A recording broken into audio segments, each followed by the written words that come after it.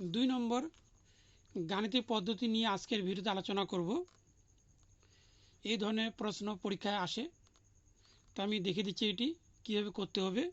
তো এখানে বলা হয়েছে দুটি সংখ্যার যোগফল 16 এবং বিয়োগফল 12 হলে সংখ্যা দুটির গুণফল কত হবে। এখানে সংখ্যা দুটি এখানে বের করতে হবে দুটি সংখ্যা, একটা ক্ষুদ্রতম আর একটা হচ্ছে বৃহত্তম।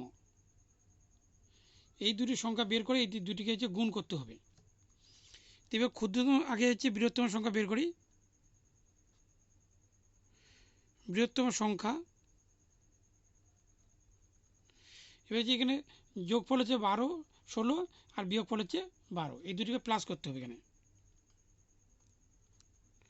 আর 2 দিয়ে ভাগ করতে হবে। এখানে যেহেতু দুটি সংখ্যা রয়েছে এখানে প্লাস করলে হবে 28 আর নিচে 2, এখানে কাটলে হবে 14। তাহলে আসলো বৃহত্তম সংখ্যাটা আসলো 14। এবার হচ্ছে ক্ষুদ্রতম সংখ্যা বের করতে হবে। ক্ষুদ্রতম সংখ্যা আছে এখানে মাইনাস করতে হবে। তো 16 মাইনাস 12 আর নিচে আছে 2, তো এখানে বিয়োগ করলে হবে 4, এবার এখানে 2 কাটলে হবে এখানে 2, তাহলে আসলো 2 এখানে। তাহলে বৃহত্তম সংখ্যা আসলো 14, ক্ষুদ্রতম সংখ্যা আসলো 2। কিন্তু এখানে বলা হয়েছে সংখ্যা দুটির গুণফল নির্ণয় করতে হবে।